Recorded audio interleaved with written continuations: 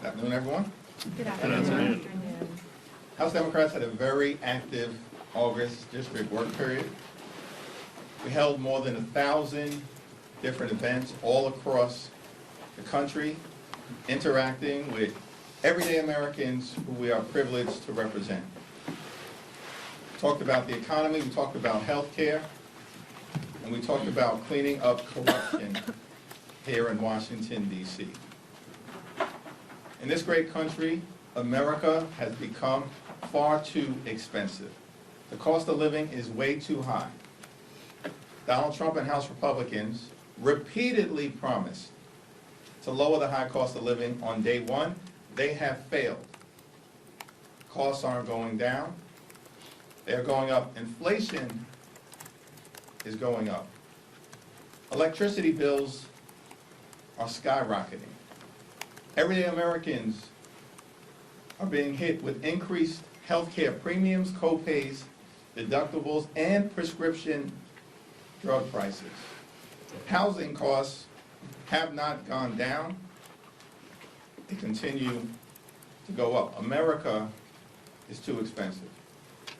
The one big ugly bill remains deeply unpopular. In town hall meeting after town hall meeting after town hall meeting, House Republicans were unable to defend their signature so-called legislative accomplishment. Because it turns out that ripping health care away from millions of Americans, ending Medicaid as we know it, closing hospitals, shutting down nursing homes, forcing community-based health clinics to shutter their doors, and failing to strengthen the Affordable Care Act are all deeply unpopular with Democrats, independents, and Republicans. House Democrats have a simple message for the American people. You deserve better. We're going to fight hard to lower the high cost of living. We're going to fight hard to fix our broken healthcare system. And we're going to fight hard to clean up corruption so we can deliver a country of the people, by the people, and for the people, as opposed to the type of country that we're seeing under Republican complete control of government, which is a country of the billionaires, by the billionaires, and for the billionaires. That's what the Republican one big ugly bill was all about. They passed legislation that hurt everyday Americans in order to reward their billionaire donors with massive tax breaks. Our message to the American people is clear. You deserve better. Questions? Mr. Lee. Thank you, Mr. Leader. With the government funding deadline coming up, first of all, how closely are you aligned with Chuck Schumer? You had different strategies last time around. And can you imagine any scenario in which Democrats support a clean CR? House Democrats and Senate Democrats are working closely together. I speak with Leader Schumer regularly, and we will continue to remain in close touch. We have all been very clear that we are willing to find bipartisan common ground in order to pass a spending bill, avoid a reckless Republican government shutdown, and meet the needs of the American people. But that spending bill has to be both bipartisan, a product of negotiation, and it's got to serve the interests of the American people in terms of their health, safety, national security, and economic well-being. The ball is in the court of the Trump administration and Republicans, because if they continue to proceed down the lane of trying to jam a partisan bill down the throats of the American people without working with Democrats in the House or the Senate, our position will be the same as it was in March. We will not support a partisan spending bill put forward by Republicans that hurts everyday Americans. So a clean CR is off the table. Clean CR is one of the things that will be the subject of any four corners negotiation, but there has been no four corners negotiation. Welcome back, Mr. Leader. The Speaker said the two of you spoke recently about government funding here. From a policy perspective, what is your red line? We had an opening conversation last week about the importance of trying to find common ground where possible in order to meet the needs of the American people. But in that conversation, I also made clear we're not going to support partisan funding legislation, period, full stop. We're not going to find ourselves in a situation where Republicans at the 11th hour present a partisan spending bill that hurts everyday Americans, hurts children, hurts veterans, hurts seniors, and hurts the very people who this government should be helping. And then Republicans expect that we are just going to fall in line like they do all the time to Donald Trump's extreme agenda. That's not happening.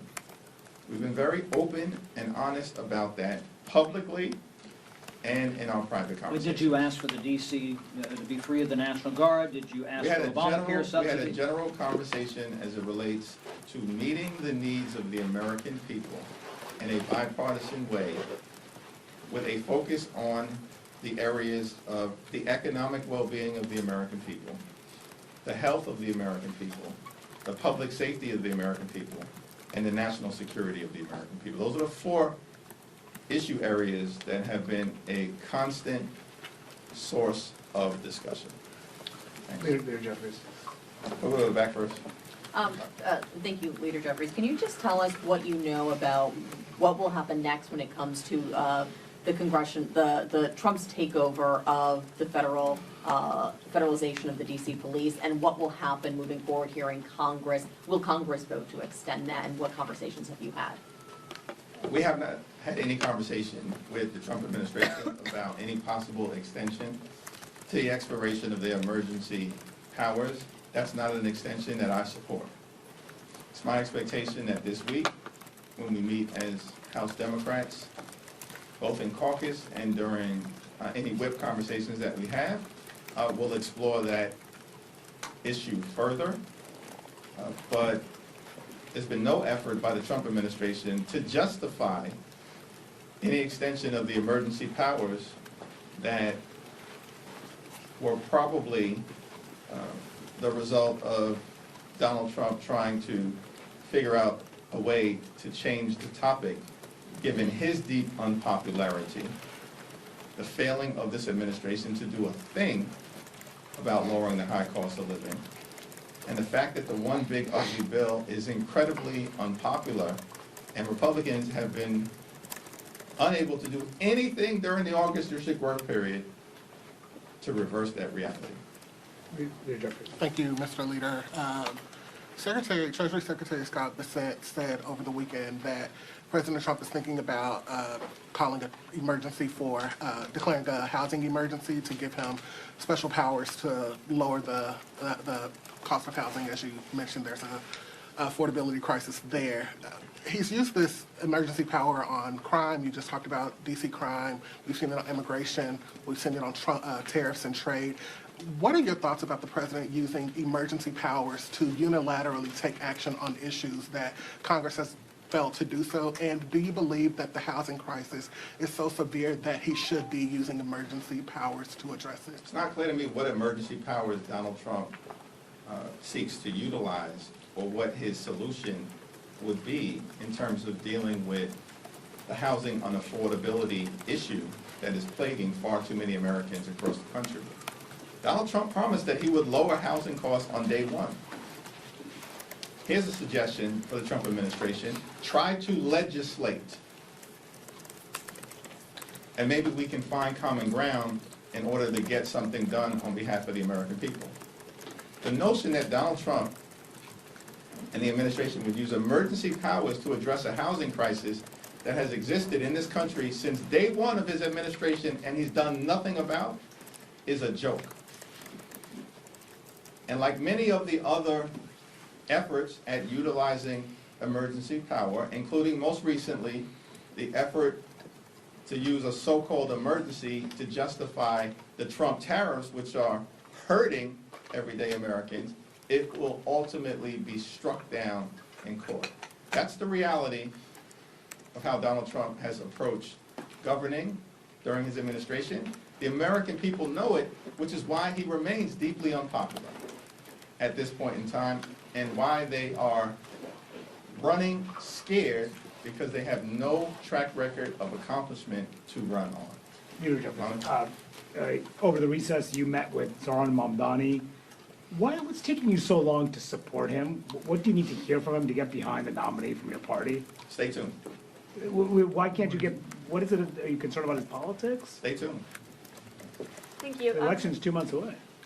Several of Jeffrey Epstein's victims are on the Hill today and tomorrow. I'm just curious whether you're meeting with any of them, and if so, what you're trying to communicate to them. I don't have a scheduled meeting with any of the victims, but as House Democrats, we will continue to support the effort to make sure that there is full and complete transparency, that every single wrongdoer is held accountable, and that the Trump administration is forced to stop hiding information from the families of the victims and from the American people.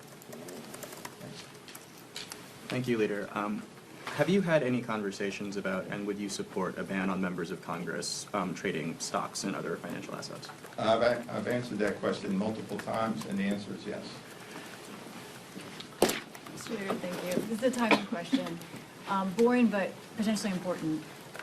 The deadline for government funding falls on a Tuesday after a planned recess.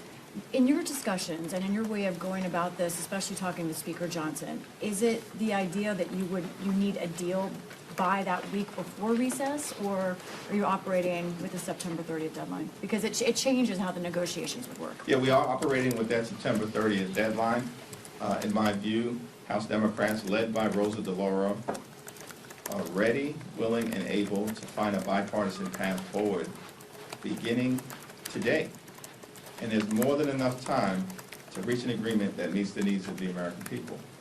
At the end of the day, Republicans are driving us on a path toward a government shutdown.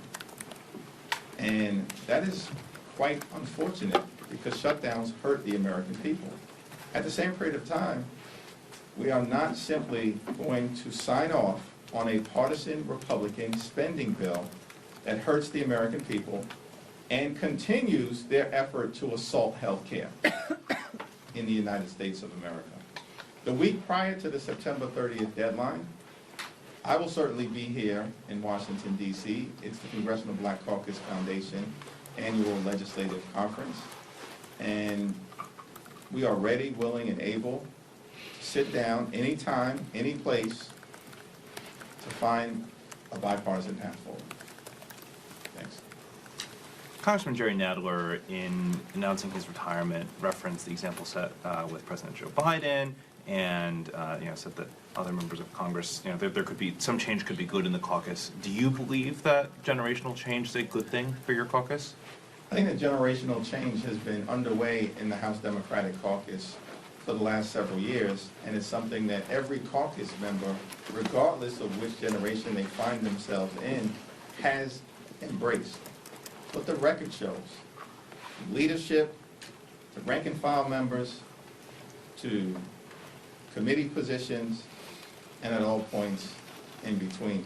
Congressman Jerry Nadler is a legend, and I had the opportunity to speak with him yesterday and thanked him for his service, friendship, and mentorship. He's been one of the leading voices for civil liberties, civil rights, and the Constitution in modern American history. And we look forward to continuing to serve with him over the next 16 months and continuing to stand on his broad, legendary shoulders.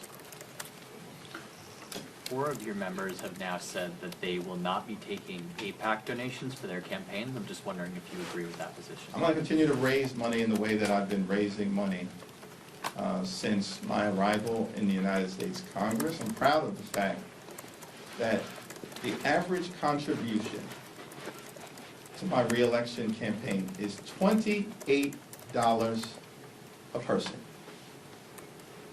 That's the average contribution. If you want to write about anything, write about that. Because it's lower than almost any other member of Congress in the country. And that's the way that I will continue to raise money. In fact, that average contribution of $28 per person is lower than any of the nominees who are running for mayor in New York City. Any of them, based on what was recently disclosed. Thank you, Mr. Leader. You said that you would be opposed to having an extension of the National Guard's presence here. Since the crackdown began, carjackings have dropped 66% and robberies have dropped 28% and violent crime 15%. And you've been opposed to this since their presence here began, but are Democrats finding themselves on the wrong side of this issue at all with such reports? You know, I mean, they're a bit beneficial. I had a very good conversation with the mayor of the District of Columbia. I'm going to continue to support her position. Every single area of criminal activity that you mentioned was on the way down prior to the arrival of the National Guard. I'm going to continue to personally support the Metropolitan Police Department of the District of Columbia. I'm going to support the Chicago Police Department, the New York Police Department, and police officers who protect and serve all across the country. And if those local police departments conclude that they want some support from the federal government, then I support that effort by those local police departments to partner with the federal government.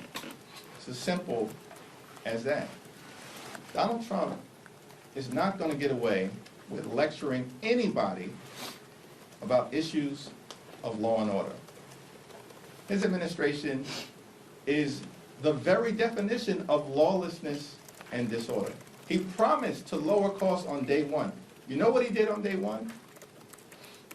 He pardoned hundreds of violent felons who brutally beat police officers when attacking the Capitol on January 6th. That's the Donald Trump record. And no matter how much he wants to distract the American people away from what he himself has done, the reality is his administration is the definition of lawlessness and disorder in every possible way. Those are the facts. Back. Thank you, Leader Jeffries. Republicans on and off the Hill have already started talks about a potential second reconciliation bill. Would something like that sour government funding talks further, and have Democrats already begun speaking about how you guys could possibly throw up any roadblocks or oppose that effort somehow? If we're going to go down the road of a second reconciliation bill, here's a suggestion. Cancel the health care cuts and save our hospitals. That should be the focus of a second reconciliation bill. It's something that Democrats will broadly support. Cancel the health care cuts and save our hospitals. Last question. Can I ask you about the pocket rescissions issue? The White House last week unilaterally canceled $4.9 billion in foreign aid, and it doesn't look like Republicans in the Hill are doing anything about it, but even the Senate Republican committee chair, the Appropriations Committee chair, called it an unlawful act. What's your take? Is there anything Democrats can do? I think GAO is the only ones who could sue on it. It's an unlawful act. It's my expectation that a court case will be brought against these so-called pocket rescissions, which undermine the national security interests of the American people, and ultimately, as has been the case over and over and over again throughout the Trump administration, the extremists will lose in federal court. Thank you. Thank you, sir.